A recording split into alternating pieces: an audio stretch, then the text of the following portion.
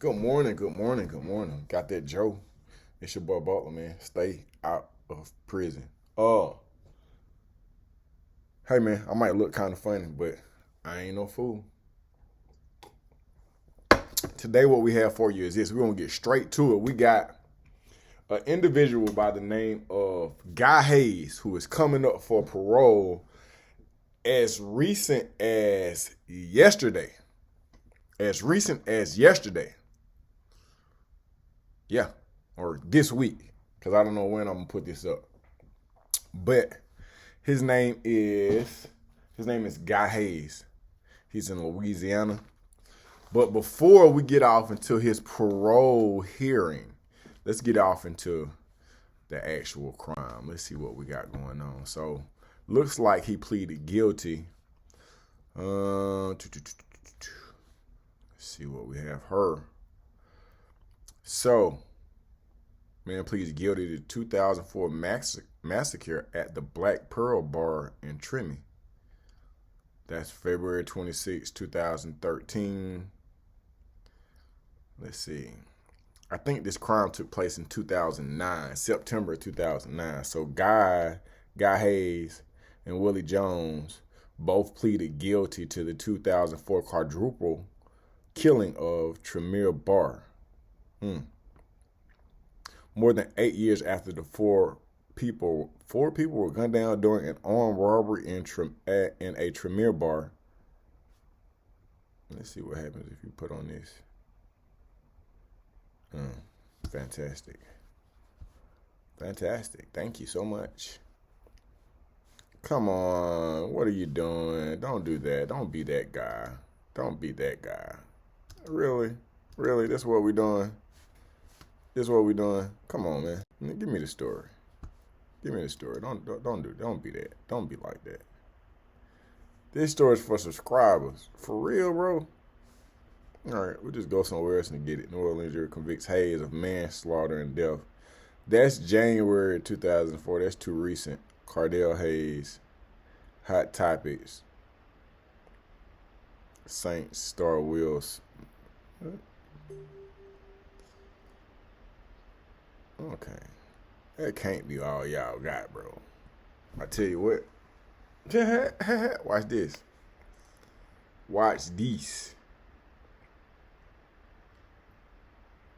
Let's see what we got.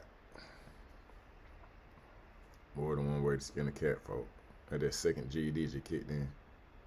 More than 8 years after four people were gunned down during an armed robbery in a Tremy bar, the last of three suspects admitted to his role in the massacre on Tuesday. Now, Willie Oldtimer Jones, 65, pleaded guilty to 4 counts of manslaughter and accepted a 30-year prison sentence, avoiding trial on charges of capital murder. His 2 accomplices, Michael Boykins and Guy Hayes, have already pleaded guilty in the years since the murders. The 3 admit to the September 9th, 2004 bloodbath. I want to click on it at Roosevelt Bar, also called the Black Pearl. Just after midnight, they entered the bar where Boykins and Hayes were both regulars. 2 of the 3 were armed. They demanded money, herded 4 people to the back of the restaurant and told them to lie down on the floor. They forced one woman to open the register, then became angry that it held only a couple of $100. Damn. Boykins, who was not armed, ordered the other 2 to open fire. Johnny T. Stovall, 53, and Glenda Lockett, 45, died at the scene. William Bill Lindsay, 41, was dead on arrival at Charity Hospital, where Diane Variste, 48, died. Damn, bro. Y'all got 4 bodies. Variste's sister spoke from the witness stand at Jones' hearing on Tuesday to tell Jones about the grandchildren her sister never got to meet. I have forgiven you for what you did and what you took from us, she said, because I refuse to give you that power over my life. I need to move on with my life, and my family does too. Boykins, considered the mastermind behind the killings, was scheduled in 2008 to be the first defendant tried on a capital murder charge, facing a possible death sentence if convicted after Hurricane Katrina. But after the jury was seated and I don't know, sequestered. He opted to plead guilty as charged and accepted a life prison sentence. The following year, Jones pleaded not guilty by reason of insanity. He'd been diagnosed decades before as paranoid schizophrenic and also suffered from post-traumatic stress disorder from his service in the Vietnam War.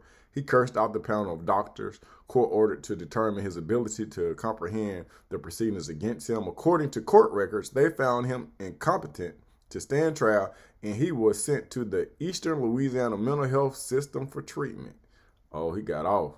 His case stalled until 2011. In August of that year, doctors determined that treatment and let me put it up here so it looks like I'm looking at the screen, like a teleprompter. Hayes, meanwhile, pleaded guilty to 4 counts of manslaughter in 2010. So it's 2010, and accepted a 40-year prison sentence. So 2010, the crime happened in 2009. It's 2024. So you've been locked up about 14 years. Am I doing this right? Parish Criminal District Court judge that he sympathized with them and sentenced Jones to serve his 30 years without the possibility of parole. So now we're gonna go. Let's go see what this parole hearing look like, man. I think this is Hayes. Tamala Bailey is, I think, one of the victims' loved ones.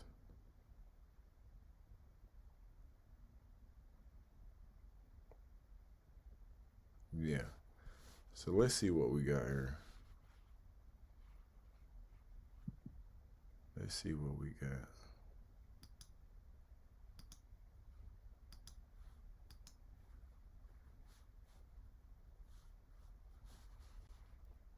They asked us a question: how has the actions of Guy Hayes impacted my life?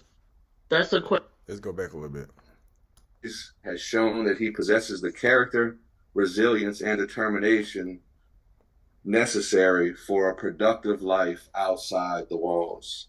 We respectfully urge you to grant Guy Hayes parole and entrust him to our care. Let's go back. By yourself, please. Guy Hayes, 290810. I'm asking for staff at this point. Are there any staff for flavor there? Yes, ma'am. That's the exit for staff. Hi, Hi, good morning. Could you identify yourself for the record? Melanie Malls, the warden here at Cleveland Parish Detention Center. Thank you. I'll be calling on you in a little bit. Thank you so much. Okay. So the first offender that we're going to be hearing today, sir, would you please state your name and your DSC number for the record? That's you. Guy Hayes, 290810. So, Mr. Hayes, you've heard me introduce the panel to you.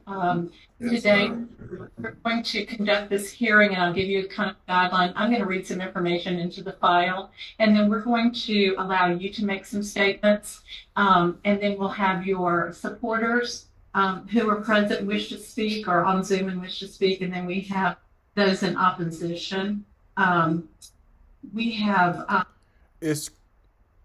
Well, I guess it's not crazy, and I guess this is where technology has advanced. So you're having a parole hearing, and you're on a Zoom call with the person that unalived your family member and the people that are supporting him. This is a weird dynamic, and it's all on the Zoom call. Oh man, for you to get parole, you got to be on top. I don't know what you're gonna say, bro. I don't know what you're gonna say, and I'm all for people. Ben, let me hear him out first. And then Ms. Stapleton will be leading our questioning. Sir, I find that you are a second-class offender. You are currently serving a 40-year sentence for manslaughter ×4. You have a parole eligibility date 9/10/2024, adjusted good time date 5/22/2044, and a full term date of 9/10/2044. Does that sound correct according to your understanding? Yes, ma'am. Okay. The first thing I'd like to do, Mr. Hayes, is ask a question that we ask every offender. Could you tell this panel why you're before us today, what you did to get yourself where you are, and why we should consider early release? One of the things I like to say first is that I'm part of a crime, and I accept full responsibility for that crime. And I like to apologize to the victims, the family members, whoever that affected throughout that crime. But during that crime, it wasn't as if I intended to commit that crime. I became part of a crime, and it wasn't nothing like that I intended to do. There's really no way to explain the nature of that crime. Okay. And why do you think we should provide you with early release today? One of the things throughout this incarceration, when I came to the prison on that crime, I realized that I had to make changes with my life. And one of the things I dedicated my whole life in was rehabilitating myself. I dedicated my life to God through the process of that. For the years now that I've been incarcerated, I used my experience. Let me say this. First thing they give you when you get to jail is a Bible or a Quran. Everybody find God, bro. Well, some people find God. Some people find God, but I'm trying to be transparent on both sides because I've been incarcerated and wanted to come home. I never got parole, and I've been victimized before on the outside. But I've never had a loved one lost. So maybe I should just shut the up and listen to this thing, because I don't know. To really start working with others. And there came a point in my life to where my actions, they really weren't unexplainable. I couldn't understand what was going on with myself. I took every initiative to make change, every class I could come across. As I went to learning the things that I needed to repair with my life from my actions, I went to working with others. Since then, it's been years. That's all I've been doing, dedicating my life to. Hey, that's commendable, bro. Because I've done the same thing. I'm doing the same thing out here on the outside. So I tip my hat off to you, but the compound to make sure that the other younger brothers, they don't make the same decisions that I made or go wrong with their life where I went wrong. And I intend when I get out to continue on that mission. We have members joining us via Zoom that wish to speak in your favor. At this time, Talib Logan, who is the Muslim Reentry Initiative, he wishes to speak. We'll start there. Sir, you can go ahead and just make your comments to the panel. He looked like a Muslim. I'm sorry, you're still on mute. I be having that same issue, bro. I can't. I be trying to work there. Good morning. Good morning.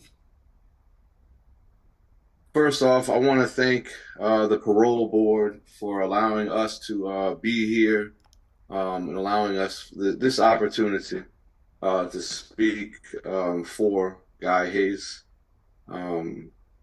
My name is Talib Logan, as it was stated. I represent Muslim Reentry Initiative, or MRI. MRI is a community organization that's dedicated to supporting incarcerated and formerly incarcerated individuals. Man, no folk don't care nothing about that. We wholeheartedly endorse Guy Hayes for early release on parole. During his incarceration, Mr. Hayes has demonstrated exceptional commitment to personal growth and spiritual development. His exemplary behavior, dedication to Islamic studies, and positive influence on his peers have earned our utmost respect. Muslim Reentry Initiative is committed to providing comprehensive support for Mr. Hayes' successful reintegration into society. Our support services will include, but aren't limited to, spiritual guidance, mentorship, employment assistance, education and training, community reconnection, and housing. I'm not disacknowledging anything they say, but I'm interested to see what the family got to say. I'm sorry. No. Let me explain. Miss Mary, to speak to the parole board members only, your comments cannot be directed toward the offender. Oh. Good morning. Good morning. Hi, my name is Mary Dykes. I am the sister of Johnny Stovall. And my question is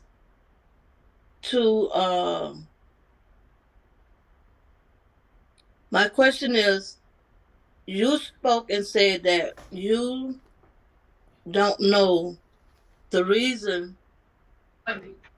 You hear me? Yes, ma'am. Okay. Hey. No. Let me explain. Miss Mary, to speak to the parole board members only, your comments cannot be directed toward the offender. Okay? Okay. All right, thank you. Oh, no. Thank you. Why you're in opposition. Okay. Hold on. He said. Good morning. How can I help you? Hey, you busy at the moment? What's going on? Man, look, Quint died. Yep. Hold on, let me pause this thing. Sorry about that. And that he didn't know. Okay, so here's my thing, is that the state has a position to uphold. And my man then did this time, and this is the family. It seemed like the dialogue should be between these two. I would think. I've never been in this situation, and until I've experienced something like this, I don't want to, I'm not the expert. I've never come up for parole. I've never been involved in the parole hearing. I've never had a loved one taken from me in a violent matter. So I'm just on the outside looking in. And rest in peace to everybody that was unalived. But it seems in me, just, having my 2 GEDs, I would think that a dialogue between the offender and the offended, I think they should talk.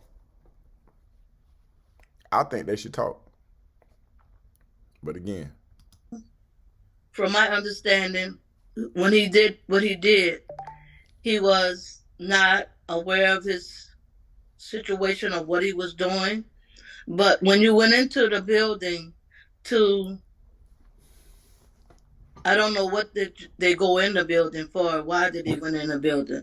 Because I was at home looking at TV and the news came on and it came across the news and I'm like, that's where my brother worked at. And I'm like, what? So I leave home to go to the place where this all took place at.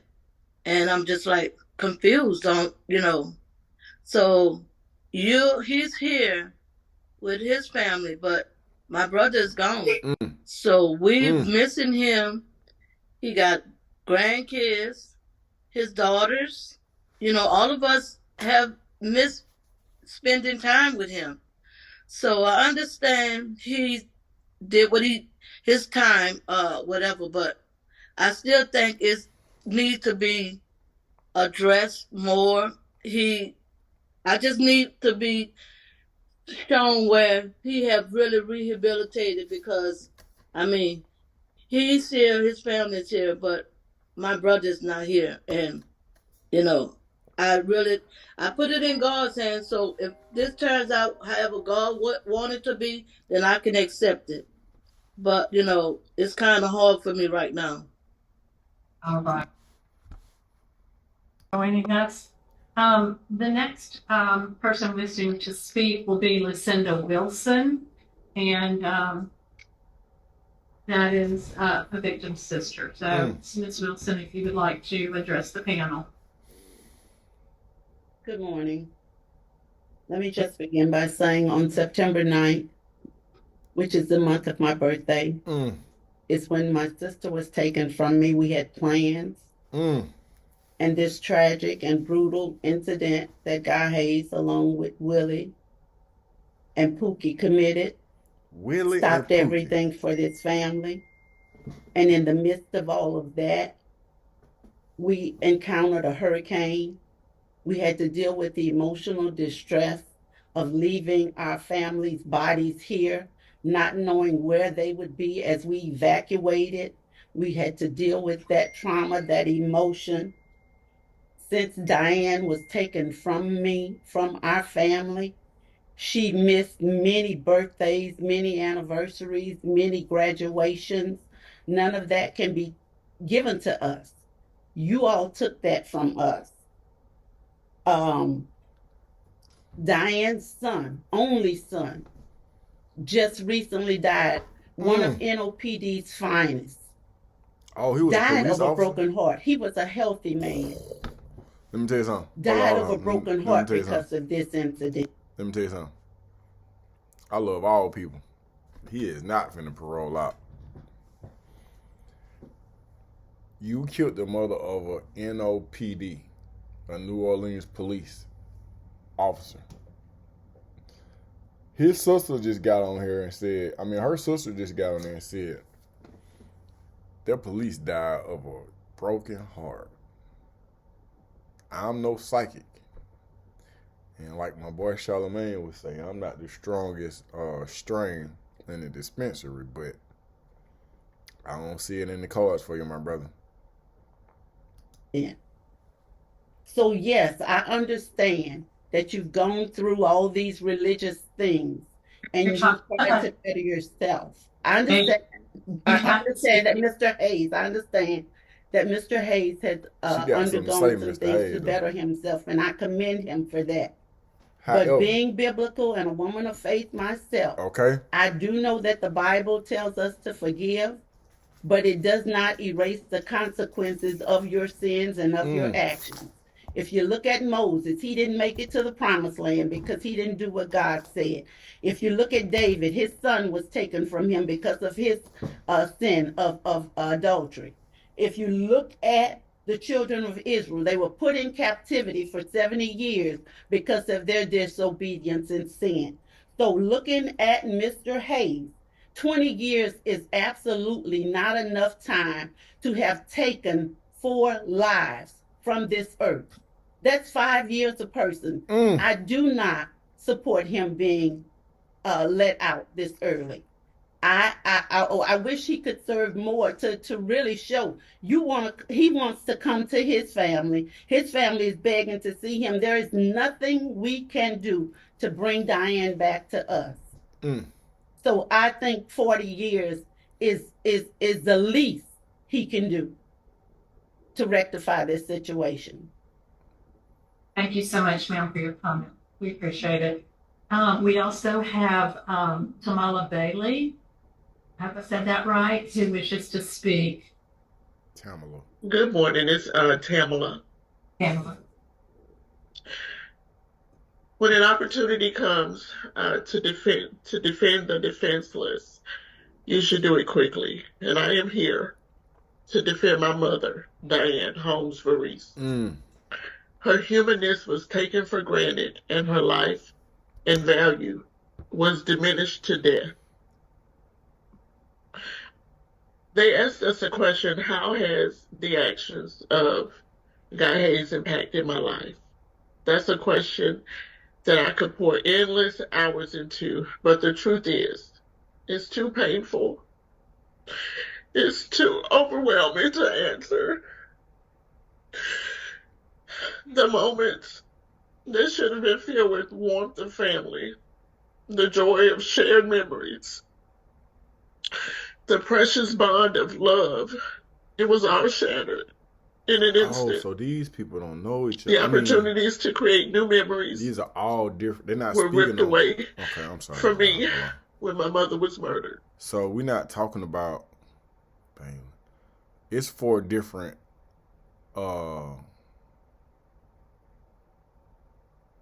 Victims.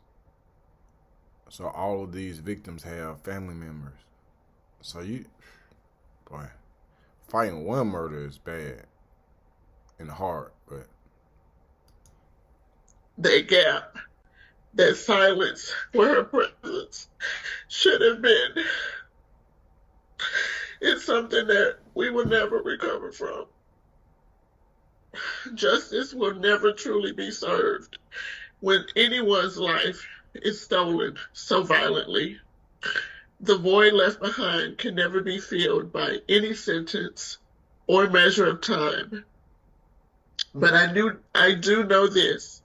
Guy Hayes, he must be held accountable. He must serve out his full sentence. The pain and grief he caused us must not be forgotten. And I strongly urge you, with every ounce of my being, to ensure that he is not released until his sentence is fully served. My mother, she deserved better. The other 3 victims, they deserved better. Our families, we all deserve so much better. Thank you. Thank you so much for those comments. I know it's painful. We have Detective Chambers from NOPD who would like to make a comment, and we'll go to her now. Good morning. I'm Detective Descendant Chambers. I initially investigated the quadruple homicide of Mr. Johnny Stovall, Ms. Glenda Lockett, Mr. William Lindsay, and Ms. Diane Veriste. I've been in homicide for 4 years. This was the most gruesome homicide scene that I had seen. Not only to be tasked with the complete investigation, I worked this case tireless. It was 3 days before we went home. I can still vividly see that scene today as it was September the 9th, 2004. Prior to Mr. Hayes carrying out this quadruple homicide, he conspired with the other 2 co-perpetrators. They had time to say, hey, this is not right. We're not going to do this.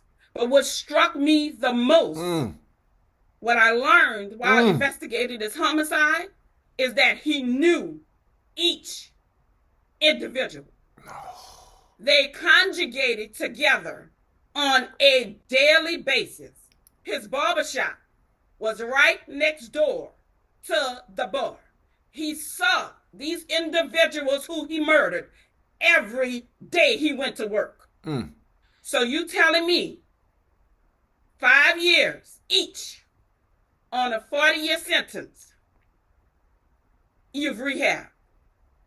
Mr. Hayes began his criminal career October the 29th, 1990. He robbed someone. He took a plea then, just like he took a plea while murdering these 4 individuals. I'm going to read from my police report what I learned from one of his co-perpetrators. And it described what I saw at the crime scene. In the words of his co-perpetrator, Willie Jones, on September the 9th, Mr. Jones denied killing anyone, but he did admit to committing the armed robberies. Mr. Jones, after being advised of his Miranda warnings, provided this formal statement. And he stated Pooney was armed with the .357 handgun, and Guy Hayes was armed with an assault weapon. Pooney and Guy did the shooting. After they ran out of bullets, Pooney instructed him that 2 of the victims was alive, because you know why? 2 of them were alive. They went to the hospital where they succumbed to their injuries, which corroborates Mr. Jones' account of this incident. He also said after he advised them that 2 were alive, they armed themselves with a knife and they stabbed the victims. I saw that. Miss Glenda had multiple stab wounds to her neck, jagged, till it was just gruesome to watch. They were so gruesome at her services that I attended. They had to put a scarf around her neck to present her to her family for burial. So you're going to tell me after 20 years, Mr. Hayes has rehab? If he committed a crime in 1990, he went back to his old ways in 2004.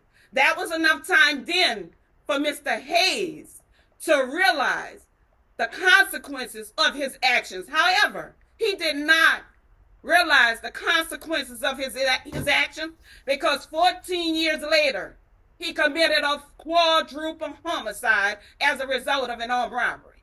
So again, 14 years then, it's 20 years now. No.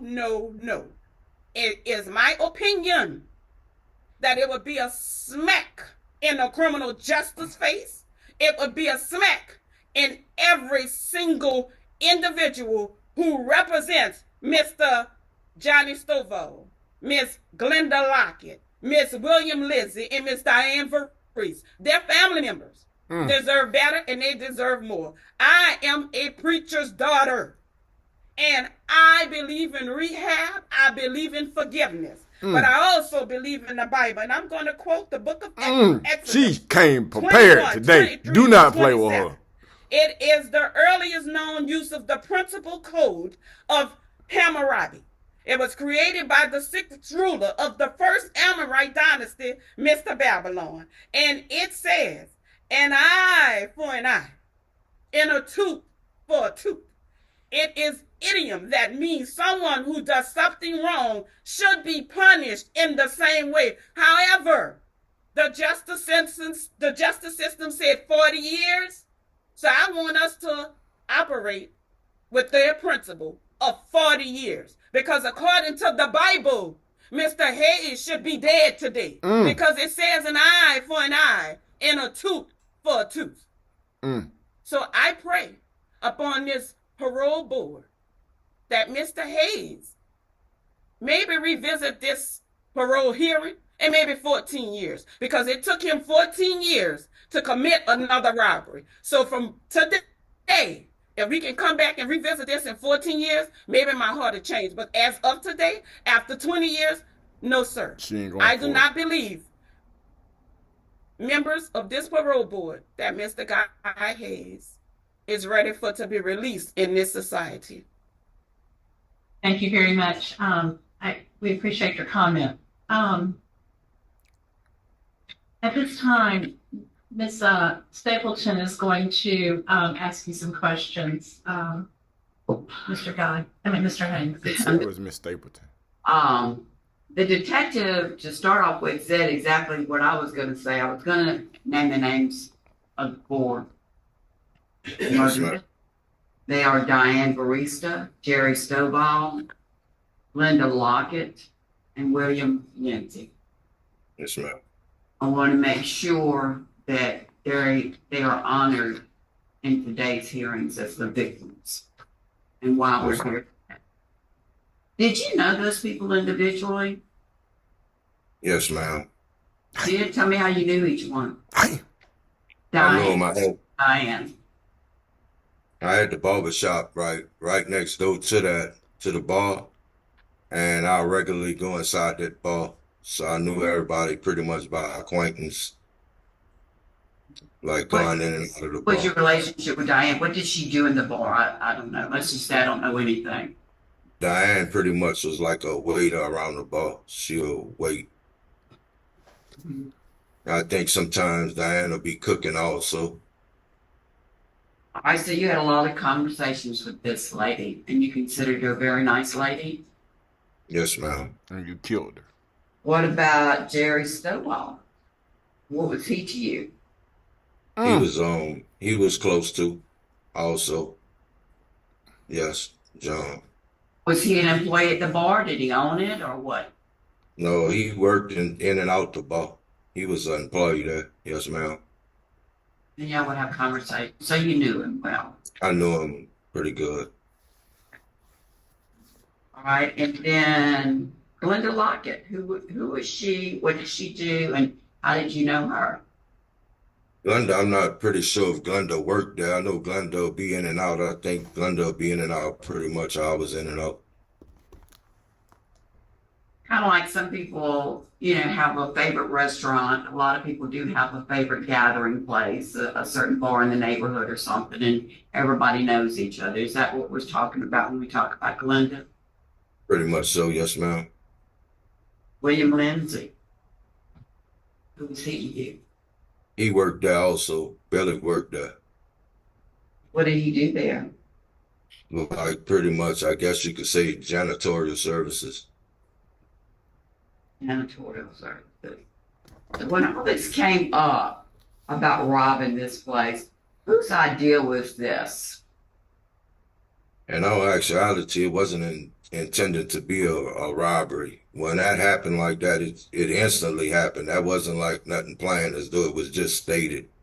It instantly happened. It was like all of a sudden something happened. It wasn't like nothing was, how they saying we planned that. That wasn't like that. It instantly happened. If you read them, I left out that barber shop, went to the bar. But how do you go in there with guns and it just happened? How do you go in there with guns and it? I had a gun on me personally. All right, you had a 357?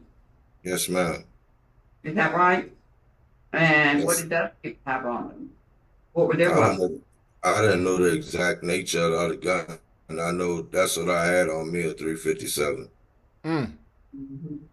And the man that was the mastermind is what they say. He knew that you had the 357? Yep. I don't know initially if he knew I had it or not. Why did he tell y'all to kill the people? To line them up and go to the other side of the restaurant and kill them all with guns? One of the things when that pretty much happened, when it was gone fast. My actions were pretty much, in all actuality, it means of self-preservation for myself also. It wasn't nothing as though I was actually involved in that like that.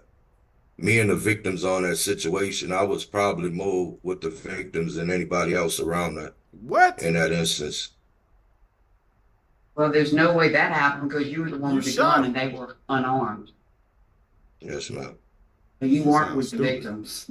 I wasn't with them, but I was more or less, I knew the victims pretty much. Stupid now. You just. Well, it says that you felt like you were intimidated by him in order to say, what was he holding against you? Mr. Jones is armed with what? That made you feel intimidated with you holding 357. I mean, the person that you were afraid of, what was he armed with? Nothing. I didn't pay attention to what type of weapon it was. It was like a 357, so you could have shot and killed him. I mean, what made you feel intimidated that you had to shoot people? What was he? What kind of weapon was he holding on you? What was he doing to force you to do that? I can't explain that, man. But I can honestly say that it wasn't nothing that I intended to do. I never planned to be part of that or anything like that. It happened so quick. I made hasty decisions I shouldn't have made. Did Mr. Boykins initially planned the robbery? Who was Mr. Boykins to you? Mr. Boykins, he was a patron also, you could say, that came in and out the neighborhood. He wasn't actually from that neighborhood. How did you meet him? Just regularly through the bar, shooting pool. I used to shoot a lot of pool in that bar. A lot of times I'll play pool. When I close the barber shop, I'll go inside that bar and shoot pool. So Mr. Boykins gets with you, and what was the other person that was involved? There was 3 of y'all. I don't know nobody else that was involved. Oh, Willie Jones. I'm sorry. Mr. Jones was involved. And since all 3 of y'all were in the bar, and all 3 of y'all were armed. And you admit you were armed, so, but you don't know that Mr. Boykins was armed. I didn't know I was armed, but I didn't know a crime was about to take place in that bar like that. If I knew a crime was about to take place in that bar, I would have left that bar. Man, shut your stupid face. Carjacking her. When all that happened, I had kept up the street. I went in a total different direction than that. You know, we've read hundreds of pages on your file, and by the time we get to this, we've already heard a lot of the answers to the questions that we have. So don't take us not having questions to mean that we're not paying attention. Okay. Yes. I also see you took Thinking for a Change. What did you think about that class? I think it was a good class. Taught me to see things a little different. Okay. Well, I will make note that you have had excellent. God. He is a peacemaker here on this compound. If I have problems with any of the guys in the dorm, I send him down there to counsel with them. You know, when I was at David Way, we called them model offenders. And it doesn't sound like he was a model citizen on the street, but since his incarceration, he is a model offender. He helps me a lot here. And I just wanted that. I think I want y'all to know he is doing better. He is doing better. So I did want to say that. And I certainly appreciate it. And again, apologize for not calling on you sooner. If this panel's prepared to vote, Ms. Stapleton. Okay. I want to thank everyone who spoke today because your family and the victim's family is very, very hard on them to come, and they love you dearly. I know that. And then the victim's families, they love their families dearly. So we have that on both sides. And I understand the warden, she's seeing a different side of you. So I want to acknowledge that. I want to acknowledge the detective that had to work that crime scene. I don't think he's gonna make it. Like her, I've been at these crime scenes, and you don't ever forget. I don't think he's gonna parole out. I just don't see it happening. A memory that's imprinted on your brain, and that's where she's coming from. Today, my vote is going to be to deny, based upon the fact that you do already have a plea bargain for the first 40 years, and then anything after is concurrent. And then you have opposition from the Attorney General's office and from the Chief of Police. You have opposition from the victims. And the reason that the AG said is due to the severity of the offenses, multiple. And that is my position also, due to the severity and the heinous nature of the crime. I did not give a mistake. And Mr. Tillis. I concur, and I commend you for the things you've been doing while you're incarcerated and encourage you to continue. But because of the crime and the victims, my vote is to deny. Mr. Hayes, I concur with my colleague and vote to deny. Thank you so much. That concludes our business. Hey man, at the end of the day, stay at home, bro. Stay out of prison. It's your boy Butler, man. I might look kind of funny, but I ain't no fool. Like, share, subscribe, man. Let me know what you want to hear, what you want to see. Let's get her done.